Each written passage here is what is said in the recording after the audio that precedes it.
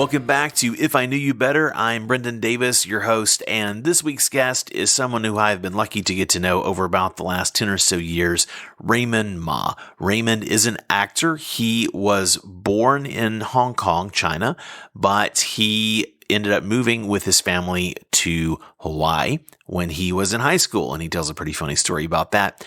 Raymond is really one of my favorite people who I just don't see very often. If you have seen television in the U.S. especially, you have seen Raymond somewhere. He's done film and plays as well, but he's done a lot of TV. Some of his credits include Lost. He was in the plays Chinglish and also the play of Joy Luck Club. He had a recurring role on Fresh Off the Boat, playing Randall Park's father.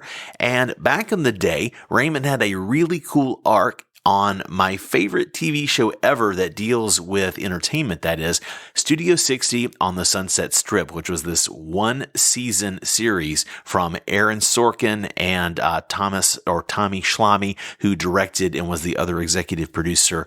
And that's quite a story. Raymond had this great recurring arc as a Chinese billionaire CEO who was trying to make a deal with the network that this show aired on, and trouble ensued. It was really funny.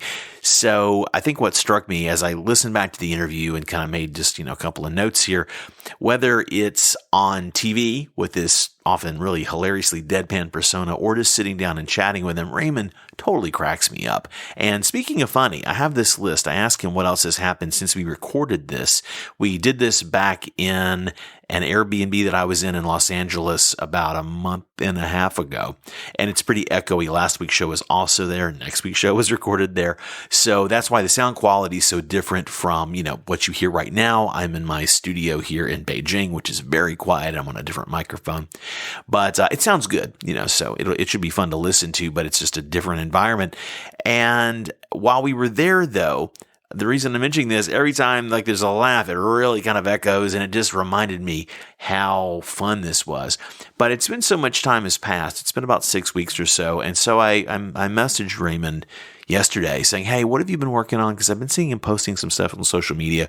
And, basically, what have you been working on that I could talk about that maybe is not, something we talked about in the show?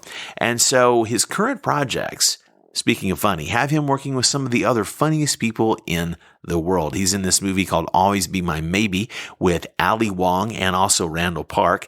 And he plays Ali Wong's dad this time, not Randall Park's. And that will be out in the summer, he thinks. That's not 100% sure on the release date. In the last 2 weeks alone, though, he has wrapped two really cool things. He wrapped a role on the new Chuck Lorre TV pilot, which, of course, Chuck Lorre and his partners brought you, there's Mike and Molly, but you probably know him from a little show called Big Bang Theory, things like that. And also, Raymond did a TV commercial with the absolutely hysterically awesome Aquafina. So if you are younger than me, you probably know Aquafina from a lot of things online, but most everybody got to know her as that really insanely crazy and hilarious girl in Crazy Rich Asians, if you saw that. We get really candid in this interview about several things. We talk about racism and how that has affected him or not in different ways, and the value of sometimes subverting racial expectations and casting in the name of art. And I think that Raymond has an interesting opinion that's somewhat contrary to the popular opinion of the moment, but I love where he's coming from, and I actually agree with Raymond, so listen to that and see what you think about that. And he even talks about being homeless for a brief while. He was lucky he wasn't sleeping rough, as the British would say, outside. Raymond's experiences, plus just living in LA and traveling around and seeing the homeless situation, inspired him to create this very beautiful short film he made called I Don't Have a Phone. That's a film that he actually put together himself. The conversation goes a lot of places. I hope that you enjoy it as much as I enjoy talking to Raymond. Now, please enjoy that conversation with Raymond Ma.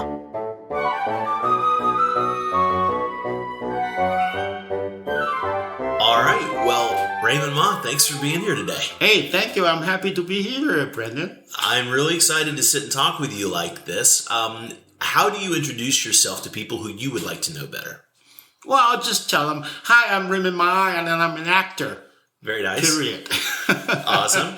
And we met on a film set here in LA, which is kind of a special thing. And this was before I'd even myself been to China or mainland or Hong Kong or Asia. Yeah. So I got to know you in this real American context.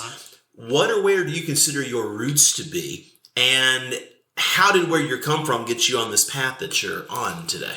But it's something like life, you cannot control it and want to direct exactly where you want to go. Right. It's always a detour, right? So I was born and raised in Hong Kong.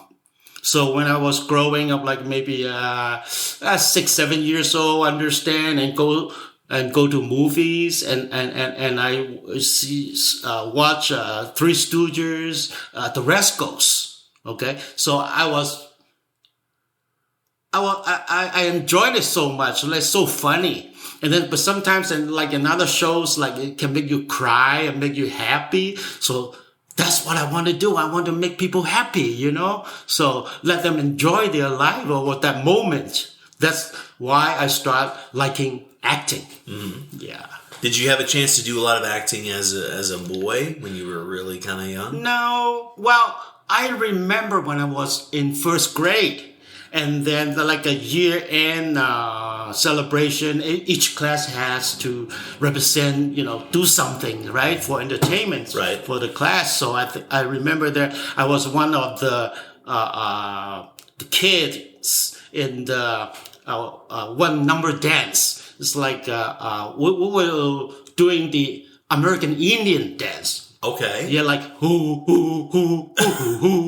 This is in Hong Kong. It was in Hong Kong, first grade, right? Okay. So I say, hey, is it hard? I don't think it's too hard because all I have to remember is 1, 2, 3, 4 every step, okay, and turn. Okay, so I did it, and then I enjoyed it. I said, hey, that's fun. Awesome. So that was my first performance, I would say. Right. Yeah, and then from there on, and then I really wanted to pursue like acting, but. Oh, and then when I was in high school, I think it was Hong Kong, 3 years in high school, which is here. It's like a junior 6, 7, 8, ninth grade. Oh, ninth grade. So ninth grade. Okay, so that's technically the third year of middle school or the first year of high school in the U.S., depending on how your They have like 6 years primary, right? Exactly. And then you go on to... There's middle school in the U.S. and then high school. Right. Or like junior high. Sometimes people call it junior high, then high school. Yeah. It depends on where you live. So when I was ninth grade... And then also we have a Christmas performance. So my teacher asked me, okay, you just have to do something. You're in charge. I said, oh my God, what is it? What am I going to do? Right? So the very night I went home and then wrote 10 pages dialogues. 10 of pages? A play. Yeah. Wow. Okay. I didn't know how I do it. Making it easy for yourself. 10 pages is a lot. I think everybody can get an idea. I didn't even know. I have no idea how to write a play or anything. But I think, okay, this guy talks and this guy talks. I just write it down. Oh, A, talk. B, talk. So I just wrote it out like that. Yeah. And then, we put up a performance. I like to use every member in my class, right? Okay. Because... It's just to be fair, Sure. So I used up the whole class people. So everybody got to play. Everybody got a part. Nice. Yeah. So it wasn't just 10 pages for you to memorize. It was 10 pages for them to memorize. But I wrote it out. Good. Yeah. So anyway, so it was fun too. Yeah. Nice. And how did you go from Hong Kong to the States? Okay, so that's maybe 2 years later. When I was 17, 1 year before I graduated high school. And then we had to immigrate, the whole family, right, with my mother and brothers to Hawaii. All right. So actually, I didn't want to come to America because I know what I'm going to do. I want to join the Hong Kong TV station. Right. Okay, so, but nobody knows. And I was afraid to tell anybody because acting is not the Chinese people want you to get into, right? They want you to go education, doctor. Go be an engineer. Right? It's not, engineer. Yeah, I wasn't any of that. So anyway, but I did express that I didn't want to come here. And then I talked to my teacher too. And somehow she's willing to take me under her wings, like talk to my mother and saying that, okay, he only has 1 year to graduate. Why don't you just let him stay 1 year, and I'll take care of him. Wow. I never forget that. And I'm so grateful that she wanted to help me. That's amazing. Amazing. But anyway, didn't work. So I had to come. Okay. So you that's a really fantastic offer, but it had to be a bit of a letdown when that didn't work out. Yeah. So you show up and you're all like you're bummed out. You show up in Hawaii. It's not that many people who would think they would move to Hawaii and be disappointed. Being disappointed. I think I'm the only one. Oh man! Yeah, move to Hawaii and being disappointed. This sucks. Yeah. Said no one but you ever. Yeah. But from there on, I was really depressed. I was really depressed for several years. Okay. So I was 17, and then 7 years. I was working hard. All odd jobs like driving cab, cooking. What else? Security guard, right? Or even wash dishes. Mm-hmm. But I wasn't happy. Sure. I wasn't making money. I wasn't happy. And then I just blow the money on gambling and stuff. Yeah. Bet on the football. Okay. All right. Every single game. Really? Okay. So this was more than a hobby. This was more a problem. Problem. Yeah. I was so depressed. I guess I was looking for something more excitements and stuff. I think, psychologically I'm screw up, not with the F word. Sure. Sure. Well, being broke is pretty exciting. Yeah. So if you gamble a lot, you learn what being broke is like, probably. Yeah, so finally when I was 24, I said, I got to do something. I'm so sick of my life, right? So I got to do something. So I think acting, that's what I wanted, and then I better get into it. So, and then I start taking acting classes, and then the coach introduced me to join the Hawaii 5-0, the old one, the original one. Right. Hawaii 5-0. So I start working like backgrounds, built from there. And then Jack Lord gave me my first line. Really? Jack Lord, you started on Hawaii 5-0 that I enjoyed as a kid. Yeah. So, yes. I think you're about 10, 12 years older than me. And so that show was a big part of my childhood. Oh, yeah. So Jack Lord, got you in SAG. Yeah. That's pretty cool. Yeah. Yeah. What was that like? When you realized, the star of the show threw me a bone and I'm going to be able to get in the union. Really, it was amazing. It's like at that moment, I wasn't really that excited because I don't know what's the big difference. Sure, it's like, that's just my next step. Right. To do it. That's all. But I remember that Jack Lord, he's really a nice guy. He observed everything, and then he was helping the Hawaiian people a lot. Yeah. So it's really come from his heart, and then. The reason why he gave me that line, because he asked me to do things like walking on the set or doing stuff like a few times before. Yeah. That he remembers me. Sure. Yeah, because I don't know, some reaction like he didn't like some other people do it, and then he just asked me to come over. But he got to know you and knew that that guy he'll do it right, and he won't. With background, you're trying not to pull focus from the main action, so it's a tricky thing. People often. People who don't know and don't really think about it, they look at what you call extras or background actors, and they don't even often think of that. Realize that that's an easy job to screw up because you glance at the camera or you just something you move at the wrong time and you pull focus from the story of the main actors, and so it's actually it's a subtle kind of an acting job that's really important. I remember that the one scene right before I got my line, the other job was like Jack Lord McGarrett was running up the escalator, okay, and I'm supposed to be coming down the escalator and bump into him. And someone else didn't do it right.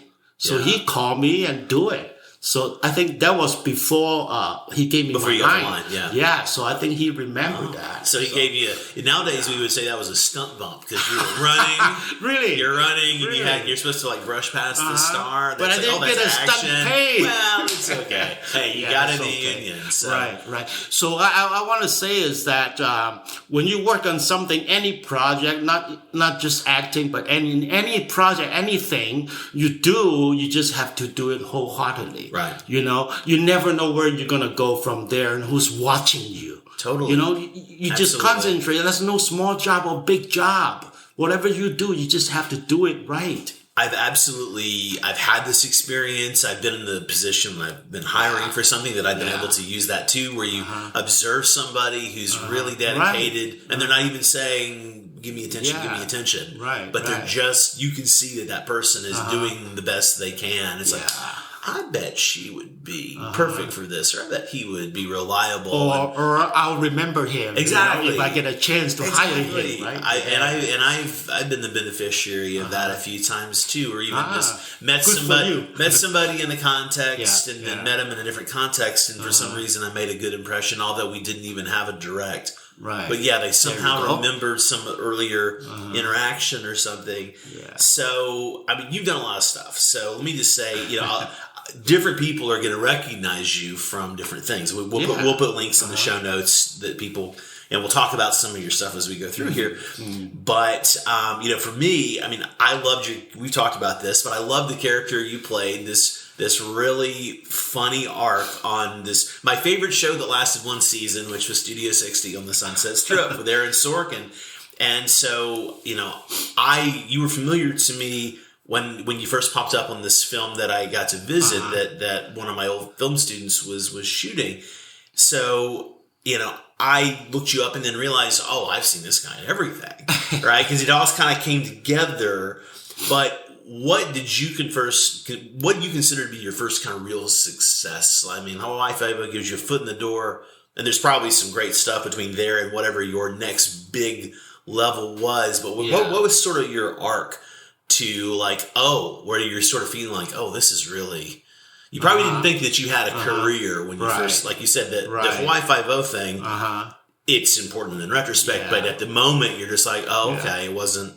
What was that next step that was where you knew, okay, this is like the next real step. I've just done it. Yeah. I tell you, actually, there's none. None? Because the way I look at it is like I'm just doing one step at a time, and then, okay, I've done this one. Especially in show business, you will never know what's going to be next. True. It's not necessarily you're going to be another step up or another level. Don't kid yourself here, right?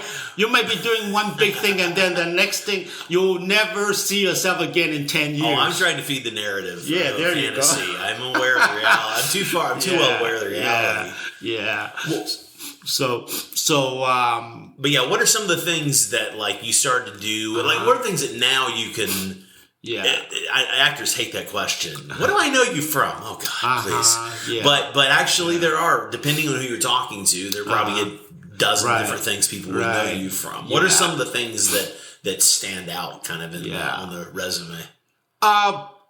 As you say, at that time, Studio 60 on Sunset Strip, that was pretty good because when I walk out on the street, people recognize me and come to talk to me. Okay. Yeah. So that makes me feel so great, Awesome. Yeah, I remember.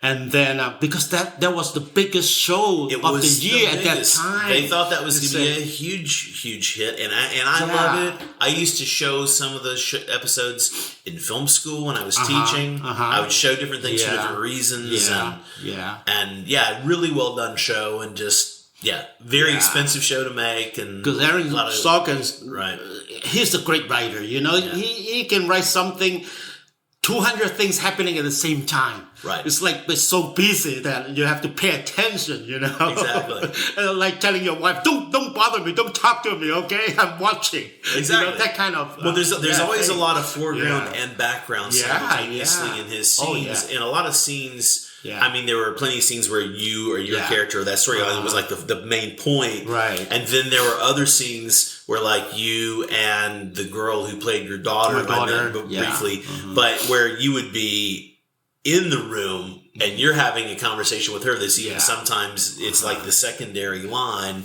but the other characters are watching. And the fact that we could see you in the background, Yeah, it's like a setup. having It's some like a setup conversation, already. and if you're really paying attention, you're like, uh-oh, Right. this is not going to be good. She's telling him something, and he's about Yes. to light something on Yes. fire. Yeah. You know. Sorkin is amazing. So that's a Yeah. Sorkin thing, but Right. so yeah, people started recognizing you for that. From there, actually, on, my career was doing pretty good. Yeah. So every time, I don't know, when I get a big thing, I say, okay, this is it, because I never thought of I could get this far. Right. And then, okay, whatever happened is fine. I can retire now, Yeah.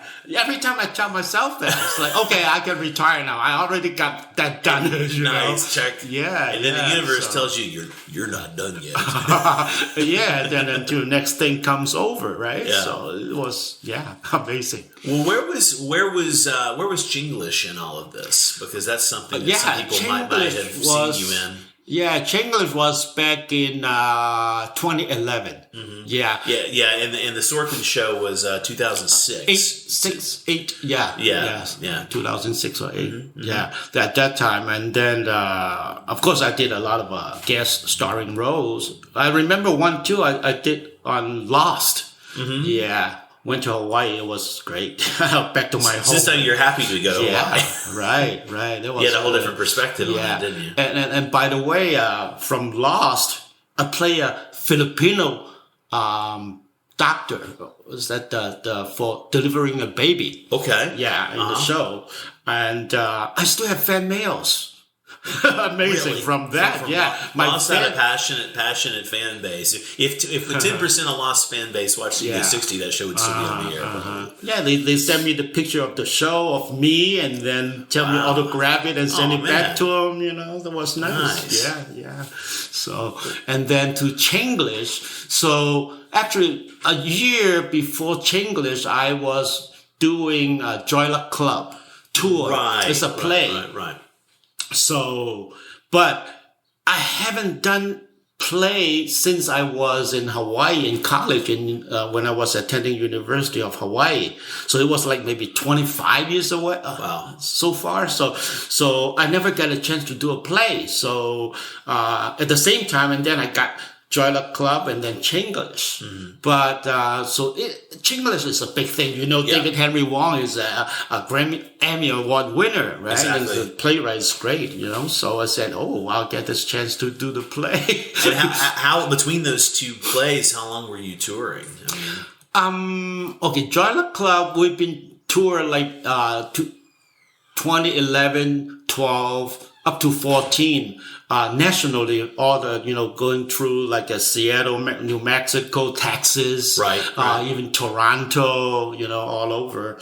And Chinglish, we did it in South Coast Repertory, and then went on to Hong Kong.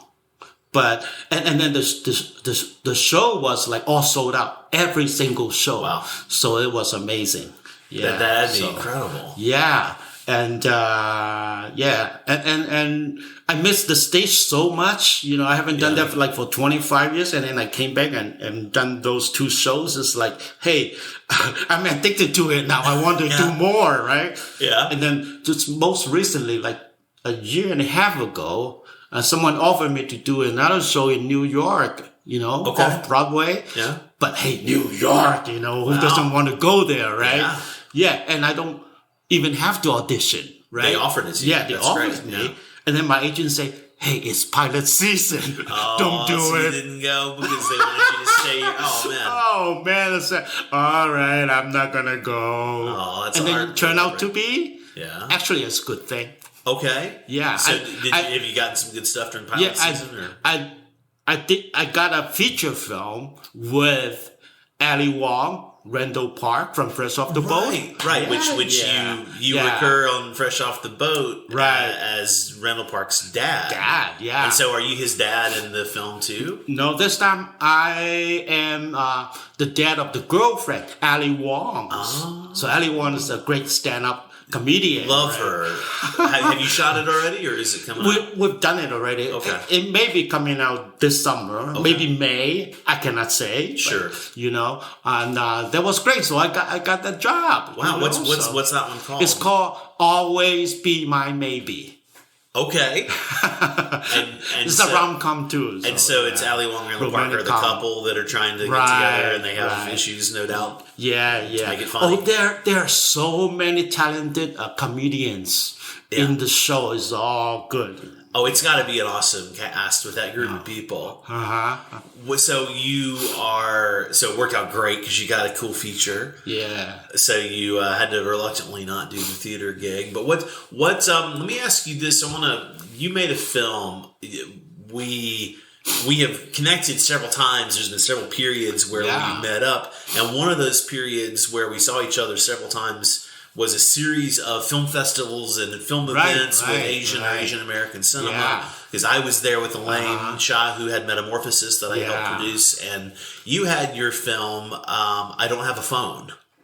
Yes. So what's that film about, and what motivated you to make that film? Because you're the filmmaker on that, right? Because I heard the story about all the homeless people, and then that one story was from Hawaii. I forgot that Korean lady's name, but it happens to her. Okay. And she and her father separated like over 20 years. And then one day she was walking down the street and saw her father was walking, and that was a shock to her. And then she followed him and tried to get him back home.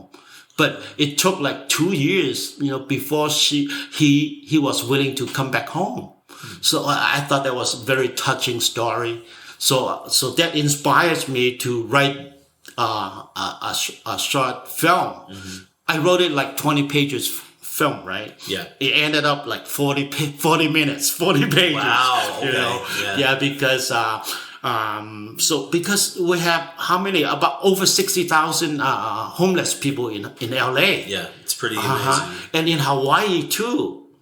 So it's a really big issue that we have to take care of these people, or even try to help them out, see where we can put them. Right. So so I that makes me want to make that film. Yeah. What was the response like? I mean, I know you played a lot, you got a lot of recognition for the film. Yeah. What was the most, what was the most satisfying part of it for you? Well, it was. I was so happy that we got 8 different awards, like best writing, best score, best writing. Oh, best actor for me. Right. And then 2 best actresses on my, so it's amazing. Both of them, so it's 3. So, so we got 8 awards. A best audience award. Okay. Yeah, so I'm so happy I get my words out and then make people aware of what the situation about the homeless people. Yeah.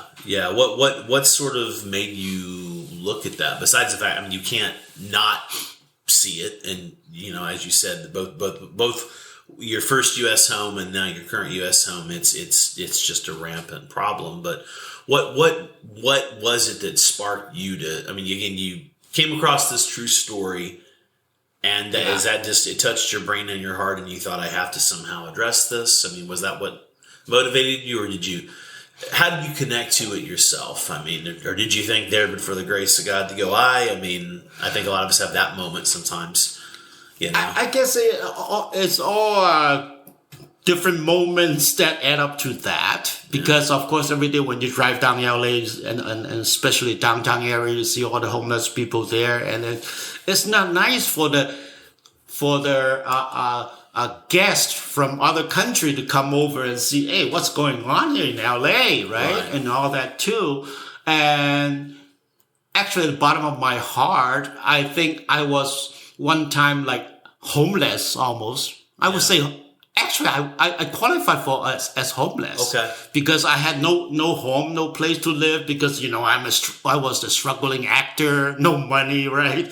So I had to live in my friend's house without paying him, just sleep in the couch, of course, like everybody else. Sure. Yeah, and then one time I paid $200 to live in my friend's closet. Just enough for me to lie down. That's $200, okay, in Santa Monica. Wow, that's the Santa Monica rents for you. Yeah. Rent control. That's in closet's $500 now. I think I saw on Craigslist. If it's not rent control, it could be higher. Exactly. This is a great closet. Man. Yeah, it's going fast at 800. Yeah. And then I live in another friend's garage in summertime. Okay. But the garage was like all full of stuff already. Full of junk no room. And no air conditioning. I just squeezed myself into the gap, to sleep. Okay.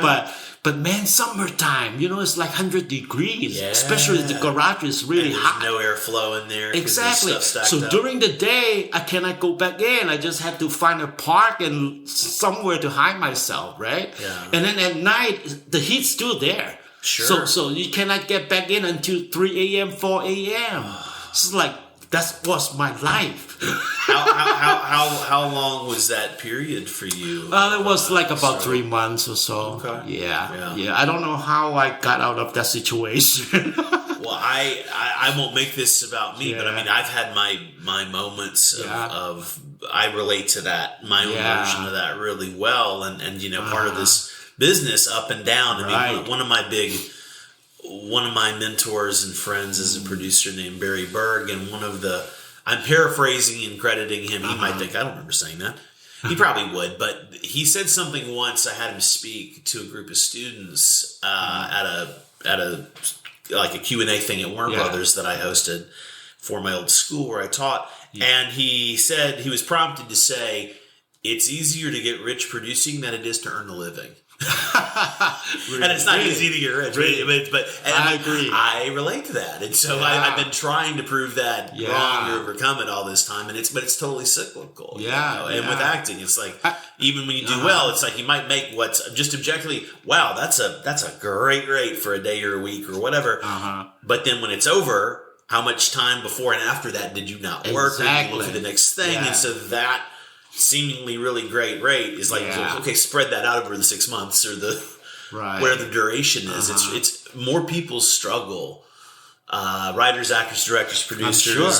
Craft people. People moving out here who want to be a grip or want to be in camera department, and it's like, okay, well, I don't know anybody yet, and I have to pay dues. Exactly. So it's a real common LA story, and like you said, driving around LA.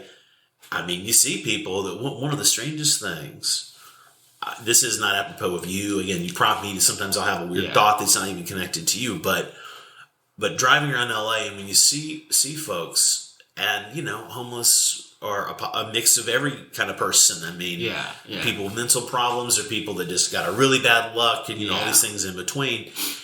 But because it's LA, you do see a lot of people that maybe moved out here to be an actor. Or they have that sort of famous type of a face. You know what I'm saying? Yeah. They look like a model or an actor, and and they're down on their luck in a bad way. Yeah. And so it's real easy to connect. Unless you're just a horrible, horrible person, it's impossible not to look and have any human empathy. But especially, I've seen people who I think I recognized, that maybe had a minute in film or TV or music back in the day, and now they're at their worst. What are some of the biggest? That's a big obstacle. What are some of the other obstacles you face getting established? Let me ask you this, again, if I knew you better, I'm going to have a few of these kind of questions. Was racism a big factor in your career? I think it does. I encounter a few, but I just brush it off, ignore it because it happens everywhere, more or less. And you are what you are. I'm Asian, I'm Chinese, I have yellow skin. Yeah, that's what it is. I can only do my part. I cannot do anything else. But fortunately, it's like, doing Shakespeare, and you can do Shakespeare at different rates, whatever you are, right? Yeah. So that's totally different. Yeah. But when you are talking about working acting in film. Hey, if there's a white character, you gotta be white, and there's a black character, you gotta be black. Right. I have nothing to say. Sure. Wow, that's what it is, right? So, and I have no objection for people, different race, playing different part, because this is art. Because I want to explore. Because, for example, if I'm white, I see Japanese geisha is so beautiful, dancing and singing, right? Hey, I want to try to do that, although I'm white, right? Yeah. That's art. Yeah. But I don't know why people complaining. But if you want to, if it's a documentary and you're white and you want to be Chairman Mao, but that's a little bit off. Right, and there's a lot of baggage with that. So I have no objection. I don't lean on any side, because this is art. As long as you do a good job and believable, and that's fine with me. Yeah. So I love to see stage Shakespeare's stuff and all different people do different things. Well, I mean, Hamilton, one of the biggest successes of modern theater and ever in theater history, and they totally reimagined the U.S. founding fathers, which is one of the most sacrosanct things we have, and there's some people who weren't happy with it. Exactly. But it's but the whole meta point, I mean, that show stands up, doesn't need me to help be the dramaturge and explain it, but obviously that show, it's okay, this is American now. Yeah, we're using American now to talk about where America started and came from, because we represent actually the promise. And so it's okay, I get all that. And I'm middle-aged. I've seen a black Hamlet. Yeah, totally. Totally. And they're, certain of those characters, Macbeth and, Moorish were dark-skinned people, I mean, again, because I am a middle-aged white male, I'm not religious now, but I grew up Episcopalian. I mean, I am the definition of WASP, just according to the technical definition. So I get no vote. I get no vote. Yeah, I just have to say, okay, apparently, Yeah. I have to be, and I'm like this, progressive. I think of myself as this progressive guy, I mean, I'm very much kind of center to left to center on most of my social and political stuff. Yeah. But at the same time, I'm a grown-ass man. I'm a 51-year-old guy. So it's for better or worse, I mean, there's certain parts that you have to be open and change of society, and certain things that's some of this is silly as long as you're not hurting people. And so these ideas, I appreciate, I mean, we'll be alone in the boat on this, but we won't have a lot of company on our island. They'll put us on for saying this, but I appreciate what you're saying about I appreciate that you're not bothered by it. I mean, but I understand people that representation matters, and it does. And especially with the explosion, it's interesting because now I'm wondering, again, this is sort of more of a knew you better sort of question.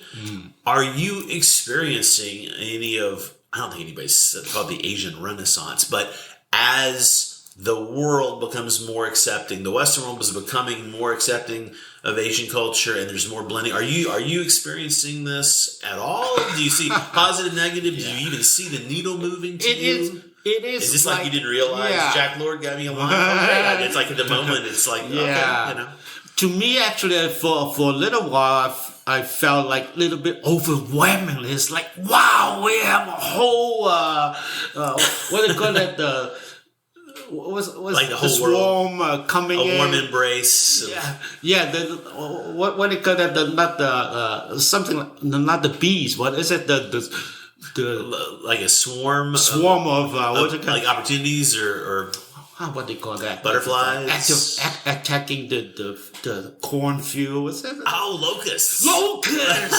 Yes, I'm trying to figure out. He's doing a great visual, and I'm like, 7 letters sounds like it's more Hitchcock. The birds coming, It's oh no, I had that feeling, really. So I understand the Americans or other people how they feel, because being being invaded by, the invaders, Okay. I understand that. And same time, like I remember back in the 70s, the Japanese came over, it's the same thing. Right. And then I remember myself came from Hong Kong to Hawaii. Right. Even though I lived in Chinatown, but the Chinese people looked at me like, ooh, who are these new guys? You never seen their faces, Okay. It's like I'm invading into their space. But so at the same time, I understand that feeling. Yeah. But that's what it is right now. Yeah. Yeah. But in our industry, I think it's amazing because so many upcoming young people that go into to college like the New York Film Academy right. or even USC, UCLA. There's a lot of them. Well, and they're talented. My old assistant. So shout out to Zhiyuan Zhou. Lolly. She my old assistant for my company in Beijing. When that company kind of blew up, she was like, she'd already been talking. I knew she wanted to go to grad school. She has a TV degree from China. She's like, I really want to go to grad school and film in LA. And I was one of her recommenders and proud to be probably her main recommender. Yeah. And she's at LMU now getting her master's in their film program. And her cohort, I think it's about, seems like it thinks about 18 people. And it looks like there's like probably 4 other Asian kids who I think are all Chinese. I think they're all mainland Chinese kids. Yeah. Maybe one of those kids is a Korean kid. Yeah. But because I haven't met them, I just she's talked and I've seen some photos. Yeah. So of their cohort of let's say about 18 people, about a third of them are from Asia, from China, Korea, and that's really common. When I was teaching New York Film Academy. My first class was unusual because I had 2 Chinese students in the class. When I left, it was about a quarter of the class was usually from China, which was really interesting for me because of now it's like more than half now. It's probably it's a lot. I actually got to be a guest speaker there in the producing program this a week ago tonight, last Monday. And it was about a quarter of the students in that class were from China. What is? But you had something. But I think it's a good thing because it opened up a lot of doors, and these kids are very talented with different kind of thinking, different direction. That some films that I haven't thought about, the creativity is totally different. It's like and open up another direction, and it's amazing. Well, this is what you know enough about what I'm doing to have a sense of it, and this is again the show is this isn't about me so much. I just put a little flavor in where it's relevant. This is a conversation I have on my other podcast, the How China Works show, where I have a co-host with a Ying Li female millennial, Chinese female millennial co-host, and so we have our different perspectives, and that's what I'm seeing, whenever anybody asks my opinion about the China film business, because I'm one of these China Hollywood guys. I mean, I'm a junior when compared. I know all the old, I know most of the old timers. I know all the medium termers, and I'm one of the last 5, 6, 7 year guys, and know enough to be functional / dangerous when having these conversations. And I think there are always going to be 2 industries. There's always like the international industry, and then there will be a mainland China specific, and for the Chinese diaspora, because of language, because of culture. Right. But having said that, I mean, I'm real excited to know and to get to work with, or just to get to applaud or support, in whatever way, the up and coming talent, because there's so many freaking talented people coming out of mainland, out of the SARs, so many talented people. And they have the extra challenge. If they want to export their talent, they need to learn English. Because to work in the international market, even if they're working like in French film, whatever, I mean, they need to learn English. But if they're able to do that and get out there, and they do. They do, yeah. I was just consistently impressed with most of the students. Yeah. You always had the handful that it's like, okay, you just want to come partying in LA for a couple of years. I got your number. I totally have your number. But no, they're pretty serious. But most of the kids I got to work with and know were really serious. And it's really exciting. So speaking, let me ask you this.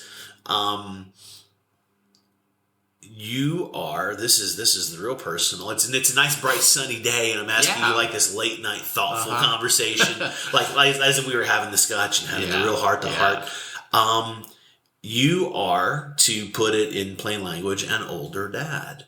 Yeah. And I don't have any kids. I'm 51. Yeah. But you're the proud dad of your amazing daughter, Christina, who's like winning awards all over the place with her gymnastics. I can't be prouder. Yeah. Yeah. So I have a question about like what's one of your personal proudest moments. I mean, I'm guessing it's connected to that, but I mean, my main question is, what's it like for you just being a dad at now?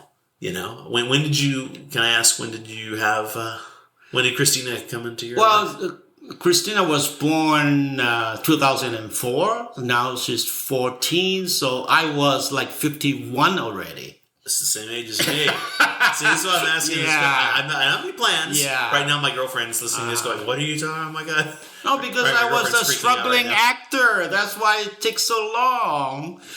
I'm a struggling producer. That's why I've taken so long. I got married when I was 40. Okay. And to my wife, who was only 24.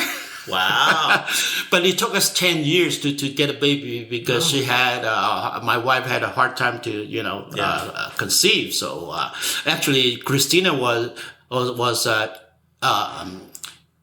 in vitro. Okay. Yeah. All right. So test tube. Wow. Baby. So so she's the only one. And then my wife tried it, the second one, but she just can't do it. Yeah. Yeah. Well, that you got the one. So what is that like for you? How has it changed just your perspective on the world?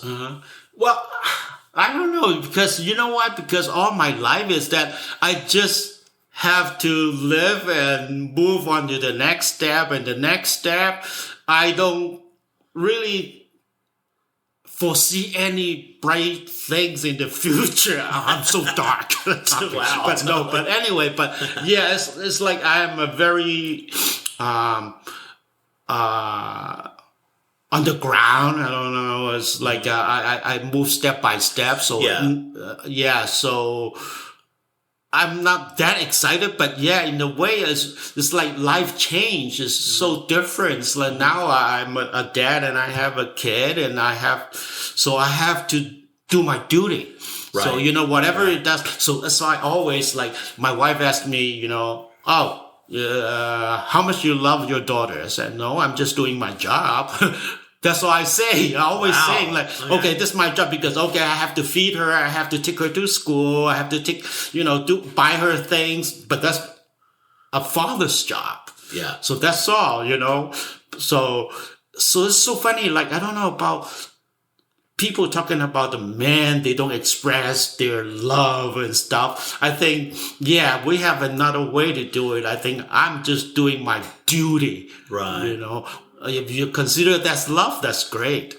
But I love my daughter. Of course you do. You're the proudest. You're the proudest dad. Yeah. Watching your social media, and she's very. I don't know. I'm so fortunate to have her because when she was born and growing up, I had no problem. She didn't cry that much. It's just like no problem at all. Yeah. She sleeps at night when she was baby. Really, my friends who are parents are amazing. Either jealous of that, or they also were the minority that understood. Yeah, me too. That was so great. So now she's, when she get to know things and she knows how to manage herself. Yeah, and she's a young teenager. She can take care of she takes care of her own thing. She doesn't want us to even interfere. Now it's the teenager. She's probably embarrassed. Yeah. If she ever hears this, she's like, "Dad, shut up. That's enough about me." Yeah, because she's a gymnast. Right. So a gymnast is like everything she has to does her own way. She knows what she has to accomplish, what she has to do, her own routine, right? So she knows how to handle herself. Have you thought about the parallels between her young budding career and your career? Have you thought about the parallels between a career in acting and working on becoming a world-class gymnast? And have you thought about those This seems like there might be some similarities in there in terms of It- being self-directed. Like you have to have a clear vision of who you are, where you want to go, and then you have to do it. No one waves a wand and says you're a successful actor. It probably has little influence, I think, but but she doesn't like the work I do. Really? Why's that? She just criticized me and doing this the way you speak. She just hey has man, fun. that's me, don't worry. Yeah. Oh man. So, but that's okay because she has her own vision, She wants to be perfect. She's pretty much a perfectionist. Okay. So she always say that I have a OCD, I gotta do certain things certain way. That helps her do her routine. But I think she observed that from me because when I do my acting, memorizing my line, at what point I have to walk, where, that I think she observes. You got to figure out the blocking. And she doesn't even know that she observed that. That's a good one. How do you... I think I have a sense of this just from talking to you about it, but how do you approach dealing with challenges or adversity? Work hard. Yeah. That's all, if there's any challenge, because the challenge, that means that you are afraid or you hesitate, you're not sure that if you can achieve that point to that point. Mm-hmm. So therefore, it is insecure. So you want to be secure. You want to confirm that with confidence, you can do that job. All you can do is do more. Right. To overcome that. Right. So I think I worked real hard because especially when I first started, I say, hey, I can't even speak English. How can I do this? So therefore I have to work twice harder or 10 times harder to achieve that. Oh, you didn't really speak English in Hong Kong that much? In Hong Kong, we learn English, but never had a chance to speak. Right. So, 1 or 2 sentences is okay. But Cantonese is your primary language from home. Yeah, I don't speak any Cantonese. Yeah. I recognize when people get to talking, I recognize certain things that I've heard. And when I moved to Hawaii, and then I got depressed. I had depression. I believe I had depression. I was afraid to speak out, speak up or anything. But so I rarely talk to anybody over 1 minute. Okay. So acting actually is helping me. It's a therapy for me, So now I can talk that much now. But like back in the 30s, I still wasn't talk much. If you could do anything, like if you just, and again, you've written yourself apart before. You might probably do it again, but not putting the pressure on you to create it. But if you could, is there a certain part or a certain character type? Is there somebody you would like to explore? Well, like if you had to, let me ask it this way: if you had the opportunity to either write or to produce and like have somebody like Sorkin write you a part, you're going to play this part for 5-6 years. Like maybe you're going to do a TV show and it's this one guy. What's that guy like? What's he looking at in the world? What are his interests and challenges and his orientation toward the world? Hopefully that character sends out messages, to the world, like about this society, what's going on, what we learn from the mistake, and what kind of social issue that we have to improve, right? So especially at this time, so we really have to face the problems and deal with it, So that kind of character I would like to play. Yeah. What do you wish you were better at? Yes, always want to be better. That's right. Sure.